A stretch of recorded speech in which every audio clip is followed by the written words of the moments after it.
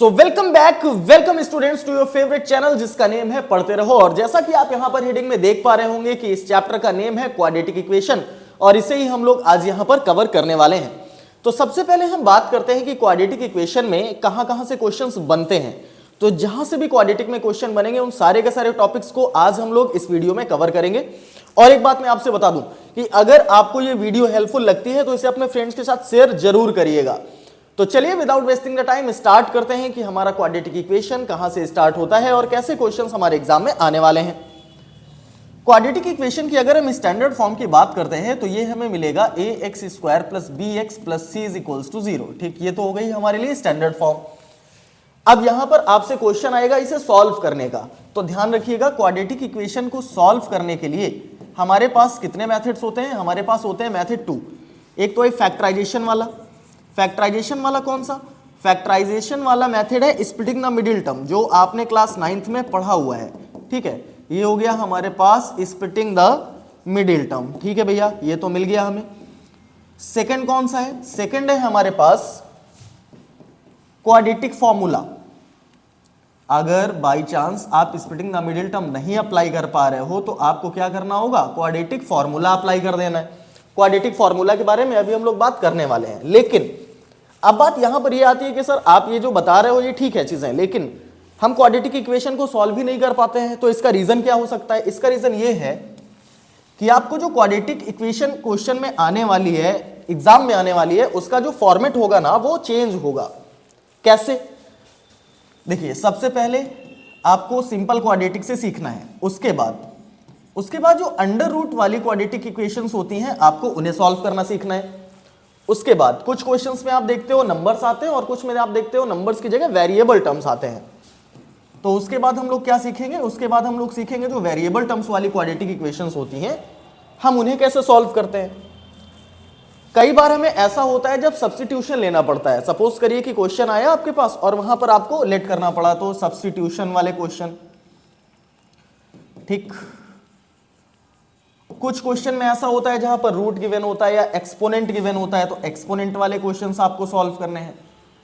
ठीक, ये तो हो गए आपके लिए कि इतने टाइप्स के क्वाड्रेटिक आपके क्वेश्चन में आ सकते हैं और ये सारे हम लोग इस वीडियो में कवर करने वाले हैं।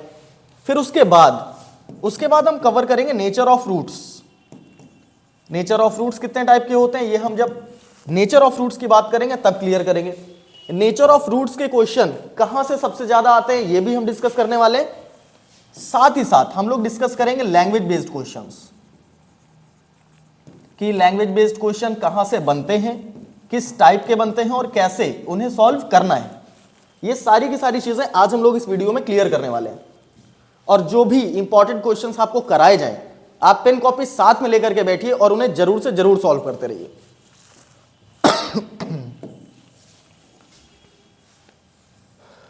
चलिए बढ़ते हैं आगे।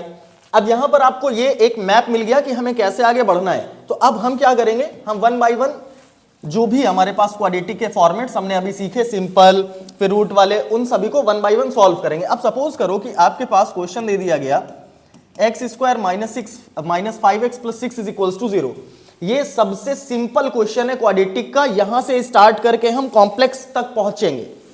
यहां पर आप सभी को पता चल रहा है कि अगर splitting the middle term apply करेंगे तो मल्टीप्लाई करने पे क्या आना है? 6 आना है। ऐड कराने पे क्या लाना है? माइनस आना है, क्योंकि यहां प्लस साइन लगा हुआ है। आप सभी को दिखाई दे रहा होगा, ये हो गया एक्स स्क्वायर माइनस ये हो गया 3 plus 2x plus 6 is equals to 0। ठीक, बहुत बढ़िया। यहां से x square minus 3x, bracket के बाहर माइनस है, अंदर का साइन चेंज कर दोगे नहीं कर दोगे? बिल्कुल कर दोगे।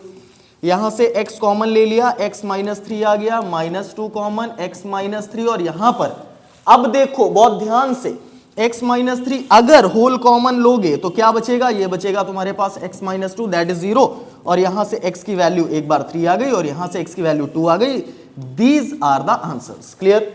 ये क्या था? ये था सिंपल सीधा फॉर्मेट। और अगर एग्जाम में आएगा गलत करके नहीं आना, ठीक है? अब अगर इसमें अंडर रूट दे दिया जाए, देखो क्वेश्चन इसी टाइप का रहेगा, रूट का टर्म दे दिया जाए तो इसी में फंस जाते हो। कैसे? रूट का टर्म अगर इसमें दे दिया जाएगा तो ये क्वेश्चन बनेगा कुछ इस टाइप का। ये हो गया आपके लिए एक्स स्क्वायर, ठीक है, या आप इसको लिख लो रूट 2x स्क्वायर। ठीक है, रूट 2x स्क्वायर हो गया, माइनस 5x हो गया और ये हो गया plus 3 root 2 is equals to 0। ठीक, मिल गया रूट का टर्म। लेकिन इन टू क्वेश्चंस में क्या डिफरेंस है, यहां पर एक्स स्क्वायर सिंगल है, ठीक है, तो आपने कहा मल्टीप्लाइंग टर्म 6 होगा, लेकिन यहां पर एक्स स्क्वायर सिंगल नहीं है। तो फर्स्ट टाइप का क्वेश्चन बनता है जहां एक्स स्क्वायर सिंगल हुआ। सेकंड टाइप का क्वेश्चन कौन सा बनेगा, जहां पर एक्स स्क्वायर का कोफिशिएंट होगा। फॉर एग्जाम्पल क्वेश्चन दे दिया गया आपको 2x square minus 5x plus 3 is equals to 0। अब यहां पर आपने देखा कि एक्स स्क्वायर सिंगल था, यहां नहीं मिल रहा है, तो मल्टीप्लाई कराने पे 3 नहीं लाना होगा, ठीक है, अगर 3 लाओगे गलत होगा, पहले से बता रहा हूं, इसलिए ख्याल रहे। तो यहां पर ये हो गया 2, ये हो गया 3, जो भी एक्स स्क्वायर का कोफिशिएंट होगा उसका प्रोडक्ट कराना है आपको। प्रोडक्ट कराया आपने किसके साथ, 3 के साथ, 2 3 जा कितना हो गया 6, यानी मल्टीप्लाई कराने पे 6 लाना होगा, सब्ट्रैक्ट ऐड कराने पे 5 लाना होगा, ठीक, इतनी बात तो क्लियर हो गई। फैक्टर्स आपके सामने, that is the same question 3 + 2। लेकिन अब आपको ये 2 कैरी करते हुए चलना है, बाकी सारी की सारी चीजें सेम रखनी है सिवाय मिडिल टर्म के। मिडिल टर्म जो 5 था ना हमारे पास, उसे हमने क्या कर दिया 3 + 2। सेम जैसे आप सॉल्व कराते हो वैसे ही सॉल्व कराते चले जाओ, ठीक। यहां से x कॉमन मिलेगा, क्या बचेगा 2x - 3, यहां से कुछ भी कॉमन नहीं मिल रहा है, -1 ले लो, 2x - 3 is equals to 0। 2x - 3, अब ये देखो अपने को होल कॉमन मिल गया। होल कॉमन अगर मिल जाता है तो यहां से x की वैल्यू कितनी आ गई, यहां से आ गई x की वैल्यू 3/2, यहां से x की वैल्यू कितनी मिल गई, यहां से x की वैल्यू मिल गई 1। That is the answer. Clear. तो सिंपल क्वेश्चन आपने सॉल्व कराना सीखा, उसके बाद क्या सीखा कि अगर कोफिशिएंट आएगा तो उन कोफिशिएंट वाले क्वेश्चन को कैसे सॉल्व कराना है। अब इसी में हमने अंडर रूट का क्वेश्चन ले लिया, ठीक है, ले लिया आपने। अब अंडर रूट वाले क्वेश्चन को कैसे सॉल्व करेंगे, अंडर रूट वाले क्वेश्चन को सॉल्व करने के लिए देखो यहां पर आपको √2x² minus 5x plus 3√2 is equals to 0 ये दे रखा है क्वेश्चन में, ठीक। यहां पर आपने क्या सीखा कि जो भी कोफिशिएंट होगा एक्स स्क्वायर का उसका मल्टीप्लाई कराते हैं हम किसके साथ, कांस्टेंट टर्म के साथ। यहां पर भी वही कराओगे। तो ये क्या लिखा हुआ है, √2 लिखा हुआ है, लिख लिया। ये क्या लिखा हुआ है, 3√2 लिखा हुआ है, लिख लिया। जब √2 का 3√2 से मल्टीप्लाई कराओगे, √2 2 3 जा 6 हो गया। That is the same question. आपको प्रोडक्ट कराने में क्या लाना है, 6 लाना है, ऐड कराने में क्या लाना है, 5 लाना है। अब यहां पर समझने वाली बात यह है कि यहां तक का क्वेश्चन तो हम सॉल्व कर लेंगे। अब आपको प्रॉब्लम आती है कॉमन लेने में कि रूट वाले टर्म में कॉमन कैसे ले। तो भैया जो जिससे मिलके बना है, जो जिसका कंस्टिट्यूएंट है वही तो कॉमन आएगा ना। तो यहां पर ये हो गया √2x² minus 3x minus 2x plus 3√2 is equals to 0, ठीक हो गया ये। अब यहां आप देखो 3 और 2 का दूर दूर का कोई रिलेशन है ही नहीं, सिर्फ x का है। तो यहां पर आपने x कॉमन ले लिया, क्या बचा √2x माइनस 3। यहां पर क्या कॉमन ले सकते हो। अब तुम्हें प्रॉब्लम आई तो देखो 2 जो है ना वो किससे मिलके बना होता है, √2 यही तो मिलके 2 बनाते हैं। तो अगर ये 2 बना रहे हैं तो यहां से इस 2 को आप चाहे √2 लिख के कॉमन ले लो, या डायरेक्टली हमने यहां से ले लिया √2 कॉमन। 2 से √2 बाहर आ गया, क्या बचा √2 बचा। ये हो गया x प्लस 3√2 से √2 बाहर आ गया, 3 बच गया। अब आपको ये देखिए ये होल कॉमन क्या दिखाई दे रहा है, ये दिखाई दे रहा है √2x माइनस 3। समझ आ रहा, बिल्कुल आ रहा। यहां से हो गया x minus √2 is equals to 0। अगर आप यहां से देखोगे तो x की वैल्यू क्या हो जाएगी, ये हो जाएगी 3/√2, और यहां से देखोगे तो x की वैल्यू क्या हो जाएगी √2। ये देखिए ये आपके सामने 3 क्वेश्चंस लिखे हुए हैं, लेकिन ये क्वेश्चन एक ही है, सिर्फ इसके टाइप्स हमने चेंज किए हैं। क्लियर। यहां पर वही क्वेश्चन सेम आपको कौन से फॉर्मेट में दिख रहा है, आपको सिंपल फॉर्मेट में दिख रहा है। सेम क्वेश्चन यहां पर हमने क्या कर दिया, यहां पर हमने कर दिया कि उसी क्वेश्चन में हमने x² में कोफिशिएंट प्लेस कर दिया, और थर्ड नंबर क्वेश्चन में उसी क्वेश्चन को हमने चेंज कर दिया किसके साथ, रूट के साथ चेंज कर दिया। तो यहां तक की बात बिल्कुल क्लियर हो गई होगी सभी को। अगर क्लियर हो गई है तो बिल्कुल थंब इंप्रेशन देना बिल्कुल मत भूलिएगा, ठीक है। कमेंट सेक्शन में भी बताते चलिए हाँ समझ आ रहा है हमें।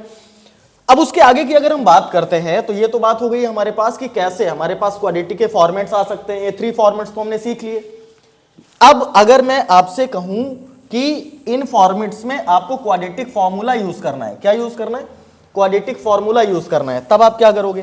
तो क्वाड्रेटिक फॉर्मूला के लिए आपको कुछ बेसिक सी चीजें जाननी होंगी, और वो क्या है, वो है constituent parts of quadratic formula. अगर मैं आपसे डायरेक्टली कहूं कि क्वाड्रेटिक फॉर्मूला क्या है, तो यहां से हमारे लिए x की वैल्यू अगर फाइंड करनी हो -b plus minus the root value of b² -4ac/2a, this is the quadratic formula, यही जो फॉर्मूला है इसे क्वाड्रेटिक फॉर्मूला बोलते हैं, और ये दिया था श्रीधराचार्य ने, तो इसीलिए इसे श्रीधराचार्य फॉर्मूला या श्रीधराचार्य थ्योरम के नाम से भी जाना जाता है। अब ये कहां से आया, हमने अभी बिफोर सम टाइम अभी आपको बताया कि A X square plus B x plus C is equals to 0, ये क्या है, स्टैंडर्ड फॉर्म है। ए क्या है, A is the coefficient of X square, B क्या है, B is the coefficient of X, C that is constant term. अब यहां पर हमारे पास वैल्यूज सारी हमें कहां से लेनी है, इक्वेशन से लेनी है, और कहां प्लेस कर देनी है, इस फॉर्मूले में प्लेस कर देनी है।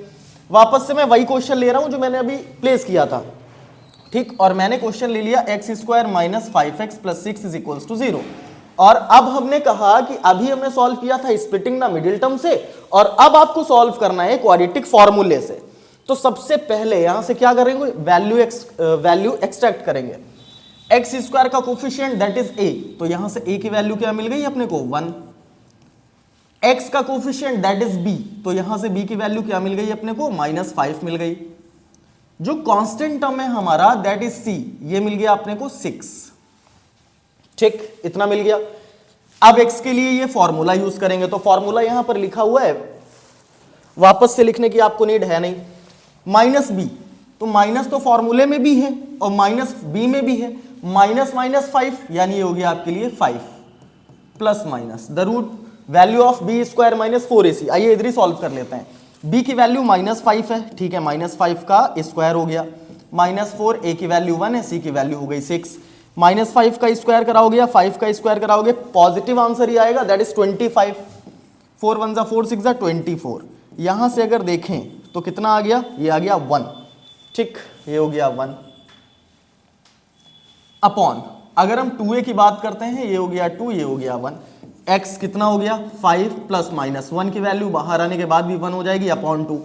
अब ये जो प्लस माइनस लगा हुआ है, आपको क्या लगता है प्लस माइनस दोनों एक साथ लगेंगे? नहीं, अगर ये प्लस माइनस है तो एक बार आपको पॉजिटिव वैल्यू ले लेनी है, that is 5 plus 1/√2, and second time आपको निगेटिव वैल्यू ले लेनी है, तो ये क्या हो जाएगा आपके लिए 5 माइनस 1/√2, ये हो गया 6/2 दैट इज 3, और ये हो गया आपके लिए 4/2 दैट इज 2। यहां पर ये आपके लिए हो गए आंसर्स, ये जो हो गए ये आपके लिए हो गए रूट्स।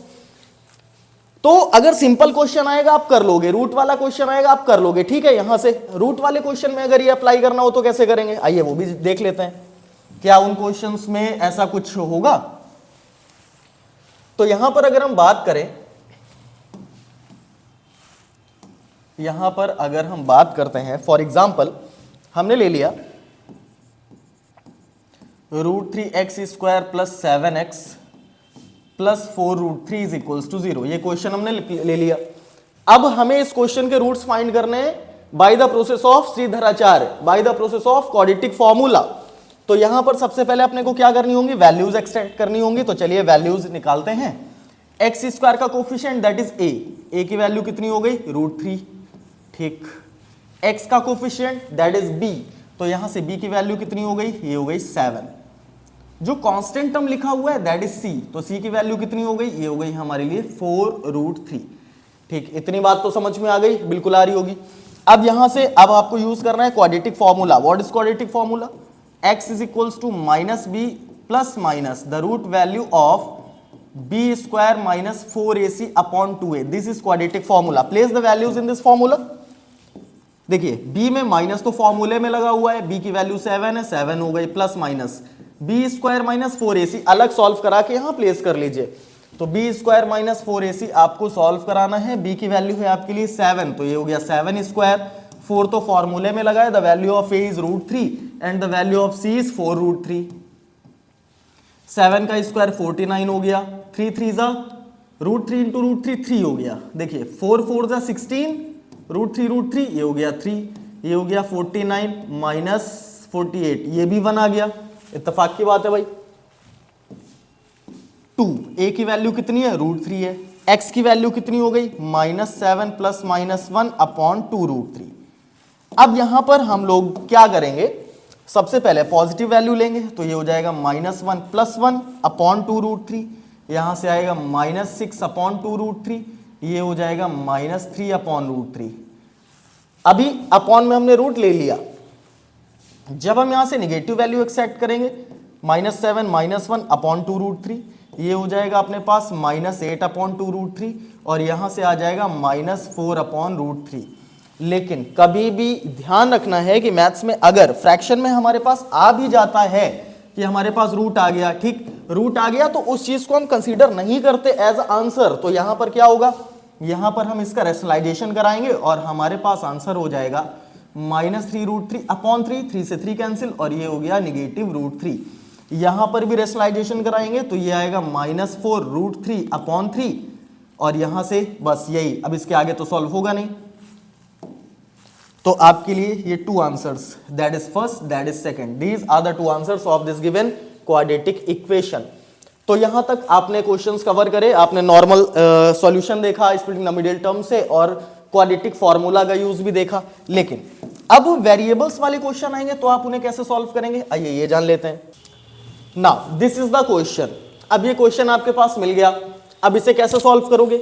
अगर आप यहां पर splitting the middle term apply करना चाहो तो बिल्कुल कर सकते हो, लेकिन अगर मैं कहूं कि एग्जाम में आपको अगर वेरिएबल का क्वेश्चन आता है सॉल्व करने के लिए तो फिर आप फंस जाओगे। तो आप डायरेक्टली, अगर आपसे नहीं हो रहे हैं तो क्वाड्रेटिक फार्मूला यूज कर लो। अगर मैं इसे क्वाड्रेटिक फार्मूले से बताऊं तो देखिएगा कितना इजी कॉन्सेप्ट में क्वेश्चन सॉल्व हो जाएगा। चलिए वैल्यूज एक्सट्रैक्ट करेंगे पहले। तो ए की वैल्यू क्या मिल गई आपके लिए 4, बी की वैल्यू यहां तो ऑलरेडी बी एग्जिस्ट कर रहा है, तो हम लोग क्या करेंगे, ये जो कोफिशिएंट्स हैं या कांस्टेंट टर्म है इसे हम कैपिटल से डिनोट कर लेते हैं। ए की वैल्यू 4, बी की वैल्यू दैट इज 4b, सी की वैल्यू क्या मिल रही है -a² - b²। तो अगर आप इसे देखो माइनस लगा हुआ है -b², और अगर बाहर निकालो तो माइनस ब्रैकेट के बाहर है तो जो b² निगेटिव है पॉजिटिव हो जाएगा, जो a² पॉजिटिव है वो कैसा हो जाएगा, वो निगेटिव हो जाएगा। अब यहां से क्या करना है, अब यहां से अगर हम देखें, यहां से हमारे पास वैल्यू होती है -b प्लस माइनस, यहां हमने कैपिटल डिनोट किया है तो कैपिटल ही रिप्रेजेंट करेंगे, plus minus the value of b² - 4ac/2a। ठीक, अब इसमें आपको वैल्यूज प्लेस करनी है, चलिए प्लेस करिए।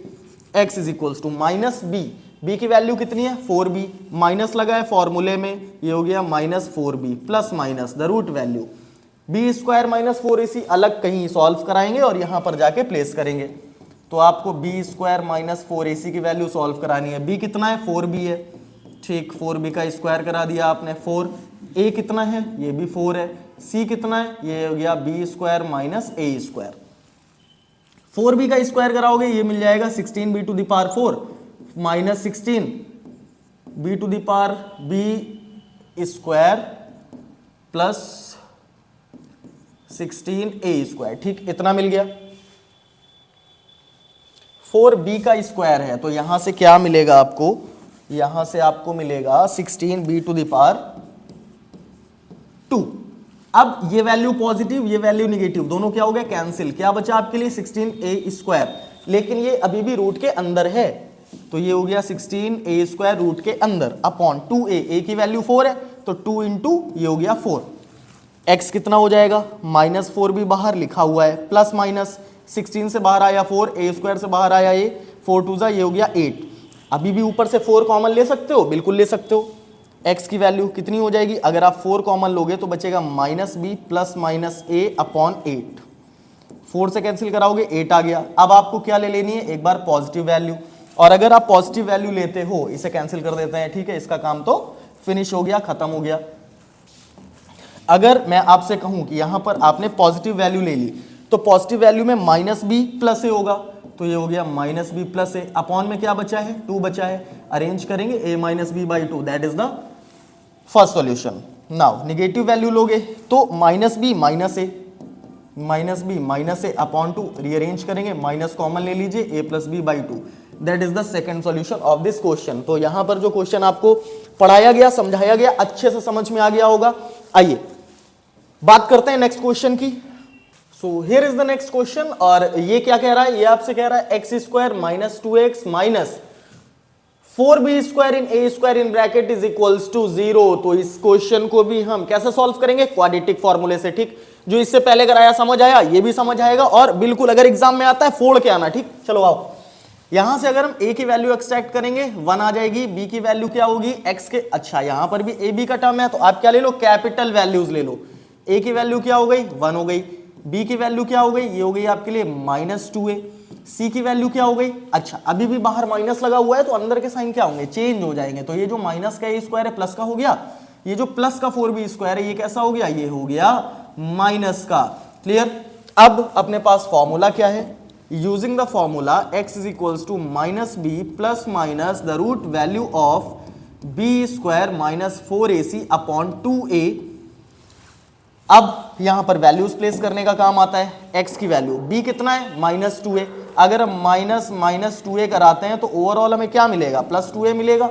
तो यहां पर ब्रैकेट में -2a, बाहर भी माइनस, तो ये बन गया 2a plus minus b square minus 4ac की वैल्यू कहीं अदर प्लेस करा लीजिए, b की जगह कितना है -2a, 4a की जगह कितना है 1 है भैया, खत्म।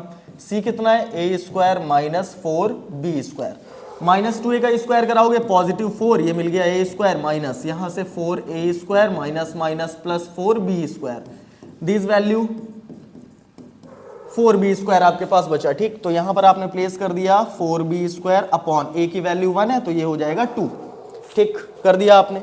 अब क्या होगा, ऊपर से बचा 2a प्लस माइनस यहां से आ गया आपके लिए 2 और यहां से आ गया b अपॉन 2, 2 आपने कॉमन ले लिया, क्या बचा आपके पास a plus minus b upon 2, 2 is cancel with 2। अब आपको पॉजिटिव वैल्यू लेनी है तो एक बार x का आंसर आ गया a प्लस b, और निगेटिव वैल्यू लेनी है तो एक बार x का आंसर आ गया a माइनस b। देखिए जहां पर आपको प्रॉब्लम जाएगी नॉर्मली फैक्टर से यानी स्प्लिटिंग से सॉल्व करने में, वहीं पर अगर आप क्वाड्रेटिक फॉर्मूले का यूज करते हो तो मेरे भाई मेरे दोस्त आप इस क्वेश्चन को कम टाइम में सॉल्व करके आओगे, एक्यूरेसी के साथ सॉल्व करके आओगे, फुल ऑफ फुल मार्क्स लेके आओगे। ठीक, तो चलो आगे चलते हैं। अब क्वाड्रेटिक का कौन सा नेक्स्ट फॉर्म आने वाला है, आइए देखते हैं। So here is the next question. अब यहां पर आपको क्या देखने को मिल रहा है, यहां पर मिल रहा है कि जो अपने पास लिखा हुआ है उसी का रेसिप्रोकल अगले टर्म में लिखा हुआ है। तो कभी भी अगर ऐसा क्वेश्चन आ जाए कि जहां पर कुछ लिखा है और उसी का रेसिप्रोकल अगले टर्म में मिल रहा है, कुछ लिखा है उसी का रेसिप्रोकल अगले टर्म में मिल रहा है, तो सबसे पहले इसे लेट कर लीजिए किसी अनदर क्वांटिटी में, अदरवाइज यहां पर आपको प्रॉब्लम होगी कैलकुलेशन में। तो यहां पर हम क्या करते हैं, यहां पर हमने लेट कर लिया 3x minus 1 upon 2x plus 3, और इसे हम क्या लेट कर लेते हैं, इसे लेट कर लेते हैं p। ठीक, आपने p लेट कर लिया, a b c इसलिए नहीं किया है क्योंकि ये अभी a कोफिशिएंट b c ये सब आते हैं, तो p लेट कर लिया आपने। तो ये p के इक्वल हो गया, तो ये क्वेश्चन बन गया 3p माइनस 2, ये रेसिप्रोकल है इसका, तो ये कितना हो गया upon p is equals to क्या लिखा हुआ है 5 लिखा हुआ है। जहां पर अपॉन में कुछ नहीं होता 1 लेट करते हो तो यहां से आ गया आपके पास 3p square minus 2 upon p is equals to 5। p अगर हम देखें ट्रांसफर होके तो किसके साथ चला गया, ये चला गया आपके लिए 5 के साथ, 5 को इधर ले आइए तो ये बन गया 3p square minus 5p minus 2 is equals to 0। यहां से अब आपको वैल्यूज एक्सट्रैक्ट करनी है, अगर वैल्यूज एक्सट्रैक्ट करेंगे तो क्या आएंगी, यहां से देखिए a की वैल्यू आ गई आपके लिए 3, b की वैल्यू आपके लिए आ गई -5, c की वैल्यू कितनी हो गई -2। क्लियर, यहां तक की बात आपको समझ में आ गई। अब जब x का क्वाड्रेटिक गिवन होता था तो हम x की वैल्यू के लिए फॉर्मूला अप्लाई करते थे, यहां पर p का गिवन है तो हम क्या करेंगे, p की वैल्यू फाइंड करेंगे, कहां से आएगी -b plus minus the root value of b square minus 4ac upon 2a। ठीक, चलिए आइए देखते हैं। b की वैल्यू माइनस है, फॉर्मूले में माइनस है, मतलब ये कैसी हो गई positive, plus minus b square minus 4ac हमने पहले ही आपको बताया है, अलग सॉल्व करा के प्लेस कर लीजिए। b यानी -5 का स्क्वायर माइनस 4, a की वैल्यू कितनी है 3, c की वैल्यू कितनी है -2। ठीक, -5 का square that is 25, minus minus plus 4 3 जा 12, 2 जा 24 दैट इज 49, ये हो गया आपके लिए 49 अपॉन 2a, a की वैल्यू 3 है तो 3 का 2 के साथ मल्टीप्लाई हुआ, ये हो गया 6।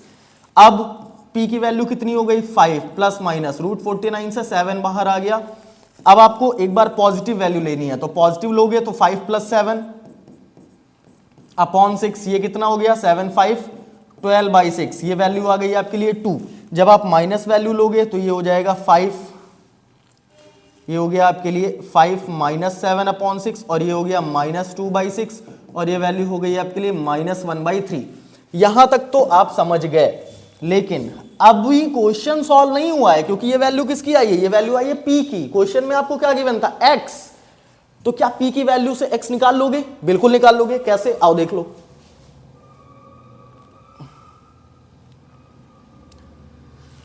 यहां पर अगर हम देखें तो p की वैल्यू तो हमने फाइंड कर ली, सॉल्व कर लिया यहां तक। p की वैल्यू कितनी है? 2। p की वैल्यू कितनी है? -1/3। यहां पर अगर हम p की वैल्यू 1/1 प्लेस करते हैं तो हमें x की वैल्यू मिलेगी। चलिए सबसे पहले बात करेंगे 2 की। तो ये क्या लिखा है? 3x। ये तो जो लिखा है लिखा ही है, p की जगह डायरेक्टली नहीं, ठीक है डायरेक्ट नहीं, हम लोग 1/1 प्लेस करेंगे। 3x - 1/2x + 3। p की वैल्यू 2 आई है, 2 प्लेस कर दो, अपॉन 1 लिखो, क्रॉस मल्टीप्लाई करा दो। ठीक, क्रॉस मल्टीप्लाई कराओगे ना तो यहां पर 2x + 3 का 2 के साथ मल्टीप्लाई होगा, आएगा 4x + 3 × 6, और 1 का मल्टीप्लाई 3x - 1 के साथ होगा, आएगा 3x - 1। 3x को इधर ले आओ, ये हो गया 4x, ये हो गया -3x, -1 लिखा है, 6 को उधर ले जाओ, -6, यहां से हो गया x और यहां से हो गया -7। That is the value of x in the second condition. अब क्या करना है? अब यहां पर आपको दिखाई दे रहा है कि 2x - 1/2x + 3, इसकी वैल्यू p थी, p की सेकंड वैल्यू क्या है? -1/3। क्या प्लेस कर देंगे? -1/3। क्या करा देंगे? Cross multiplication. किसकी वैल्यू आ जाएगी? x की सेकंड वैल्यू आ जाएगी। तो ऐसा क्वेश्चन एग्जाम में आएगा, करके आओगे? प्रॉमिस करो करके आओगे, कमेंट सेक्शन में प्रॉमिस आने चाहिए मुझे। ठीक, और अभी तक अगर कोई नया बच्चा हमारे चैनल पर जुड़ा हुआ है तो बिल्कुल चैनल को सब्सक्राइब कीजिए, बेल आइकन प्रेस कीजिए और अपने फ्रेंड के साथ शेयर करना तो बिल्कुल भी मत भूलिएगा। चलिए नेक्स्ट क्वेश्चन की तरफ बढ़ते हैं और देखते हैं।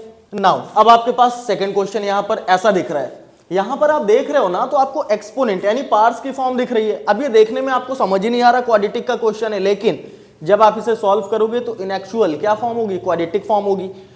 अब यहां एक्सपोनेंट का क्वेश्चन है तो सिर्फ एक्सपोनेंट के फॉर्मूले नहीं लगेंगे, या क्वाड्रेटिक का है तो सिर्फ क्वाड्रेटिक के फॉर्मूले नहीं लगेंगे, दोनों मिलकर सॉल्व करेंगे इस क्वेश्चन को। कैसे? जैसे हम आप करेंगे, आइए चलिए देखते हैं।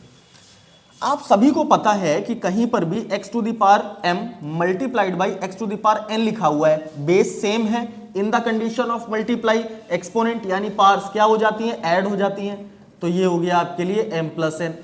सेम इसी कैटेगरी में अगर मैं आपसे पूछूं कि कहीं पर लिखा हुआ है 3x मल्टीप्लाइड बाई 3⁵, तो क्या आप इसे 3x + 2 लिख सकते हो? आप कहोगे बिल्कुल लिख सकते हैं सर। तो यहां पर अगर 3x + 2 है तो क्या आप इसे स्प्लिट करके इस फॉर्म में ला सकते हो? बिल्कुल ला सकते हो। ये मिल गया, आइए ले आए। तो ये हो गया 3x मल्टीप्लाइड बाई 3⁵ प्लस। अब नेक्स्ट कंडीशन की बात करते हैं। नेक्स्ट लॉ एक्सपोनेंट का जो यूज हो रहा है वो कौन सा यूज हो रहा है? हमने आपसे कहा कि x⁴p है तो आप इसे 1/x⁻p लिख सकते हो, या अगर कहीं पर x⁻p है तो आप इसे 1/x⁻p लिख सकते हो। सेम कंडीशन अगर हम यहां पर फॉलो करेंगे तो इसे हम क्या लिखेंगे? इसे हम लिखेंगे 1/3x, और ये किसके इक्वल हो जाएगा? 10 के इक्वल हो जाएगा। चलिए अब बात करते हैं इसके आगे। अब ये फॉर्मेट तो अपने को मिल गया, थोड़ा सा और सॉल्व करते हैं, और थोड़ा सा जैसे ही और सॉल्व करेंगे तो यहां पर हमें क्या मिला? 3 का स्क्वायर 9 मिला, 9 × 3⁵x + 1/3⁵x - 10 = 0। ये पॉइंट नहीं है, ठीक, मल्टीप्लाई है। तो यहां पर भी अब आपको लेट करना होगा। आइए लेट कर लेते हैं। लेट 3⁵x = कुछ भी लेट कर लो, p लेट कर लेते हैं, ठीक, p हो गया। क्या बना? ये बन गया आपके लिए 9p + 1/p - 10 = 0। अपॉन 1 लेट करेंगे, अपॉन 1 लेट करेंगे, ये हो जाएगा 9p² + 1 - 10p upon p = 0। Upon का p 0 के पास जाएगा और अपनी आइडेंटिटी लूज कर देगा, यानी 0 हो जाएगा। अब ये बच्चा 9p² + 1 - 10p, इसे जरा अरेंज करो। तो ये 9p² - 10p + 1 - 10p + 1 = 0। आपको क्या यहां पर फैक्टर्स दिखाई दे रहे हैं? हमें तो दिखाई दे रहे हैं भैया। 9 × 1 = 9 और ऐड करने पे 10 लाना है, तो 9 + 1 कितना होगा? 10, और 9 × 1 = कितना होगा? 9। आइए सॉल्व करें। तो यहां पर ये हो गया आपके लिए 9p² माइनस मिडिल टर्म को स्प्लिट करेंगे 9 + 1 में, p बाहर लिखा हुआ है, +1 = 0। यहां से ये हो गया 9p² - 9p - p + 1 = 0। यहां से अगर हम 9p कॉमन लेंगे तो क्या बचेगा? p - 1, और यहां से -1 ले लेंगे तो क्या बचेगा? p - 1, that is equals to 0। अब यहां पर अपने को p minus one whole common मिल गया और क्या बचा, ये बचा 9p minus one is equals to 0। यहां से अगर हम देखें p की वैल्यू हो गई 1, यहां से अगर हम देखें p की वैल्यू हो गई 1/9। These are the two values of p। लेकिन क्वेश्चन में आपको p नहीं लाना, आपको क्या लाना है, x लाना है। आपको क्या लाना है, x लाना है। चलो आओ देखते हैं कैसे आएगा। अगर हम x के लिए इस क्वेश्चन को फर्दर आगे सॉल्व करेंगे तो हमें पता है कि 3 टू द पावर x ये जो आया है that is the value of p। तो p की फर्स्ट वैल्यू क्या है, 1 है, ठीक है, 1 प्लेस कर दिया। अब एक बात बताओ, अगर हम किसी की भी पावर 0 प्लेस कर दें तो उसकी वैल्यू क्या आती है, 1 आती है कि नहीं आती। तो यहां पर ये जो 1 लिखा हुआ है इसे हम क्या लिख सकते हैं, 3 टू द पावर 0। कंपेयर कराएंगे, x की फर्स्ट वैल्यू क्या हो गई अपने लिए, 0। That is the answer. Clear. अभी बचा है, क्या बचा है यहां पर, अब हमने आपसे कहा कि 3 टू द पावर x किसके इक्वल है, p के इक्वल है। p की सेकंड वैल्यू क्या है, 1/9, ये हो गया 1/9। अब 1/9 को क्या लिखोगे, 1/3 टू द पावर 2, और जैसे ही इसे न्यूमरेटर में ले जाओगे ये हो जाएगा 3 टू द पावर -2, और x की वैल्यू कितनी हो गई, -2 हो गई। Clear. This is the second answer. यहां से आपने जितने भी टाइप के क्वाड्रेटिक बनते हैं वो सारे के सारे आपने सीख लिए कैसे उन क्वाड्रेटिक्स को सॉल्व करना है। और आप चाहो तो क्वाड्रेटिक इक्वेशन जितने भी है ना उन सभी में आप इस ट्रिग्नोमेट्रिक टर्म से भी सॉल्व कर सकते हो, और अगर आप चाहो तो क्वाड्रेटिक फार्मूला यानी श्रीधराचार्य फार्मूला भी अप्लाई कर सकते हो। अब इसके बाद अगर हम बात करें कि क्वाड्रेटिक में और क्या आएगा, तो अब आएगा हमारे पास डिस्क्रिमिनेंट। ये क्या है, ये क्या है सर, कुछ नया नया सा लग रहा है क्या, अब नहीं लगना चाहिए। जैसे हमारे यहां जब ब्रिटिशर्स आए थे तो ब्रिटिशर्स ने हमारे यहां फूड डालने के लिए डिस्क्रिमिनेशन किया था, वैसे ही हम नेचर ऑफ फ्रूट्स के लिए क्या फाइंड करेंगे, डिस्क्रिमिनेंट। और डिस्क्रिमिनेंट को हम डिनोट करते हैं डी से, डिस्क्रिमिनेंट को डिनोट करते हैं डी से, और इसका जो फॉर्मूला होगा वो हो जाएगा b² - 4ac। That is the formula of discriminant. अब यहां पर हमारे पास जो नेचर ऑफ रूट्स हैं उसकी कितनी कंडीशंस हो सकती हैं, 3 कंडीशंस हो सकती हैं। कितनी हो सकती हैं, 3। कैसे, condition number 1, condition number 2, condition number 3। Very first condition की अगर हम बात करें तो हमारा d कितना होगा, 0 से बड़ा। सेकंड की बात करें d एग्जैक्ट 0 होगा। थर्ड की बात करें d क्या होगा, लेस देन 0। अगर हम बात कर रहे हैं कि d हमारा ग्रेटर देन 0 है तो इसका मतलब है कि d की वैल्यू कैसी होगी, पॉजिटिव। और अगर हम कह रहे हैं कि d हमारा लेस देन 0 है तो d की वैल्यू कैसी होगी, निगेटिव होगी। अब इसी की कंडीशन में हमें नेचर ऑफ रूट्स बताने हैं। जब हमारा d 0 से बड़ा होगा, ज्यादा होगा, तो जो रूट्स होंगे वो कैसे होंगे, वो होंगे रियल एंड डिफरेंट। वो कैसे होंगे, वो हो जाएंगे आपके लिए रियल एंड डिफरेंट। जब आपका d एग्जैक्ट 0 होगा तो आपके रूट्स रियल तो होंगे लेकिन वो इक्वल होंगे, मतलब x की 2 वैल्यूज तो आएंगी लेकिन वो दोनों वैल्यूज कैसी होंगी, सेम होंगी, इक्वल होंगी। अब यहां पर d जब निगेटिव होगा तो रियल वैल्यू नहीं आएगी, हमारे लिए नॉन रियल वैल्यू आएगी। नॉन रियल को ही आप इमेजिनरी वैल्यू भी बोल सकते हो, और आप चाहो तो कभी कभी do not exist, do not exist की कंडीशन ये एमसीक्यूज में आपको देखने को मिल सकता है। और ये वैल्यू कब होती है, जब रूट के अंदर माइनस साइन आता है, दैट इज इमेजिनरी नंबर। ठीक है, और ये पढ़ोगे आप क्लास 11th में जब आप कॉम्प्लेक्स नंबर पढ़ोगे। ठीक, चलिए अब ये जो आपने टॉपिक पढ़ा ना कि हमारे जो रूट्स हैं वो कैसे हो सकते हैं, वो अगर d हमारा ग्रेटर देन 0 है तो रियल एंड डिफरेंस होंगे। अगर हमारा d एग्जैक्ट 0 है तो रूट्स कैसे होंगे, रियल एंड इक्वल होंगे। अगर हमारा d निगेटिव है, लेस देन 0 है, तो रूट्स कैसे होंगे, non real, imaginary, do not exist, exist ही नहीं करेंगे। और ये कंडीशन कब आएगी, जब रूट के अंदर माइनस साइन आएगा। क्लियर है, यहां तक समझ आ रहा, बहुत बढ़िया। अब चलते हैं कि इसके क्वेश्चंस अगर पूछे जाएंगे तो कैसे पूछे जाएंगे। फर्स्ट नंबर क्वेश्चन जो बनता है वो तो डायरेक्टली आपसे नेचर ऑफ रूट्स का बन सकता है। कैसे, आपको कोई भी एक क्वाड्रेटिक इक्वेशन दे दिया जाएगा और आपसे बोल दिया जाएगा find the nature of root. Suppose करो मैंने यहां ले लिया 2x² + 9x + 6 = 0, ये ले लिया हमने, और हमने आपसे कहा कि इसमें नेचर ऑफ रूट बताना है। कैसा आएगा, आओ देखें। तो यहां पर हमें पता है कि a की वैल्यू कितनी है 2, b की वैल्यू कितनी है 9, c की वैल्यू कितनी है 6। ठीक, ये तो हो गई आपके लिए वैल्यूज। अब आपको लानी है d की वैल्यू, कहां से आती है, b² - 4ac से। b की वैल्यू कितनी है, b की वैल्यू 9 है, 9 का स्क्वायर करा दीजिए। 4, a की वैल्यू कितनी है 2, c की वैल्यू कितनी है 6, 9 का स्क्वायर कितना है 81, 4 2 ज़ा 8, 8 6 ज़ा 48। यहां से अगर आप देखेंगे 31 2 33, d की वैल्यू कितनी हो गई 33। 33 कैसा है, 0 से बड़ा है, दैट मीन्स पॉजिटिव है। और अगर पॉजिटिव है तो हमारे जो रूट्स होंगे वो कैसे होंगे, रियल होंगे एंड डिफरेंट होंगे। चलिए एक और क्वेश्चन करके देखते हैं क्या आता है। अगर हम आपसे कहें कि x square plus 4x plus 4 is equals to 0, इसके नेचर ऑफ रूट्स यानी नेचर फाइंड करना है आपको। यहां से अगर हम वैल्यू एक्सट्रैक्ट करेंगे तो क्या होगा, a की वैल्यू 1 हो जाएगी, b की वैल्यू 4 हो जाएगी और c की भी वैल्यू कितनी दिख रही है आपको, 4 दिख रही है। d का फॉर्मूला क्या है, d का फॉर्मूला है अपने पास b square minus 4ac। b कितना हो गया 4, स्क्वायर करा दिया 4, a कितना है 1, c कितना है 4, ये हो गया 16, ये हो गया 16, कैंसिल आउट, d कितना आ गया एग्जैक्ट 0।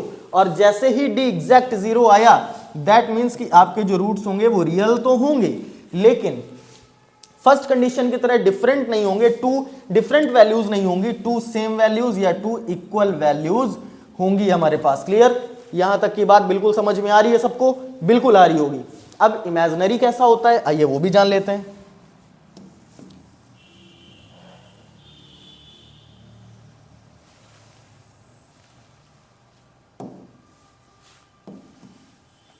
चलिए अब सपोज करिए कि आपको दे दिया गया 2x square minus x plus 5 is equals to 0। अब यहां पर आपको नेचर ऑफ रूट फाइंड करना है।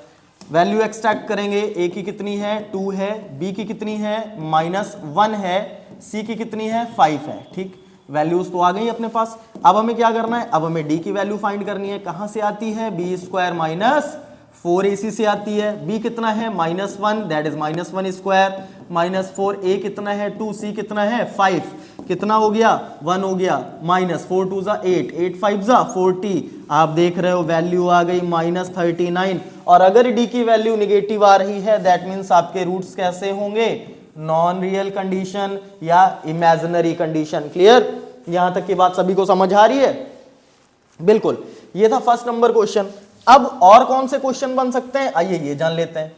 अब आपको कहीं पर किसी क्वेश्चन में वेरिएबल दे दिया जाएगा और वेरिएबल की वैल्यू पूछी जाएगी और आपको कंडीशन दे दी जाएगी कि आपके जो रूट्स हैं वो रियल एंड डिफरेंट हैं या रियल एंड इक्वल हैं। कैसे, क्वेश्चन आपको दे दिया गया find the value of k, find the value of k if x square plus 2kx plus 9 is equals to 0 has real and equal roots. ठीक, अगर हम इस क्वेश्चन को देखें तो यहां पर हमने देखा कि यहां पर हमारे पास रियल एंड इक्वल ये कंडीशन क्वेश्चन में गिवन है। और क्या है, ये क्वाड्रेटिक गिवन है। आइए इस क्वाड्रेटिक को ले लीजिए, x square plus 2kx plus 9 is equals to 0। अब क्या होगा, अगर हम देखें a की वैल्यू कितनी है 1 हो गई, b की वैल्यू कितनी है 2k हो गई, c की वैल्यू कितनी है 9 हो गई, ABC मिल गया। अगर हम x फाइंड करेंगे, x क्यों फाइंड करेंगे, यहां पर तो आपको रियल एंड इक्वल की कंडीशन गिवन है, तो b स्क्वायर माइनस 4ac यानी discriminant should be is equals to 0। Values place कर दीजिए, वैल्यू प्लेस करेंगे तो ये हो जाएगा 2k स्क्वायर माइनस 4, ये हो गया 1, ये हो गया 9 दैट इज 0, ये हो गया 4k स्क्वायर। देखिए 4 9 ज़ा 36 is equals to 0, k square is equals to 36 upon 4। जो k की वैल्यू आएगी कितनी आएगी, k की वैल्यू आएगी the root value of 36 upon 4।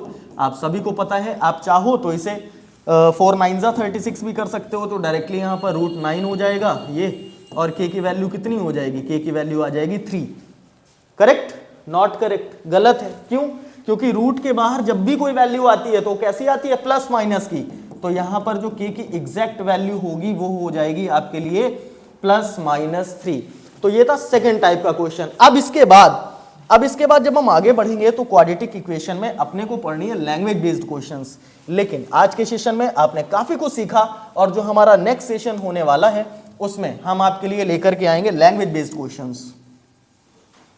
और लैंग्वेज बेस्ड क्वेश्चंस में हम आपसे बात करेंगे number based problem, age based problem, mensuration, time and work, इन सारी चीजों की। तब तक के लिए हंसते मुस्कुराते रहिए, पढ़ते लिखते रहिए और अपनी तैयारी को हर एक कदम की तरफ आगे बढ़ाते रहिए। तब तक के लिए शुभ रात्रि।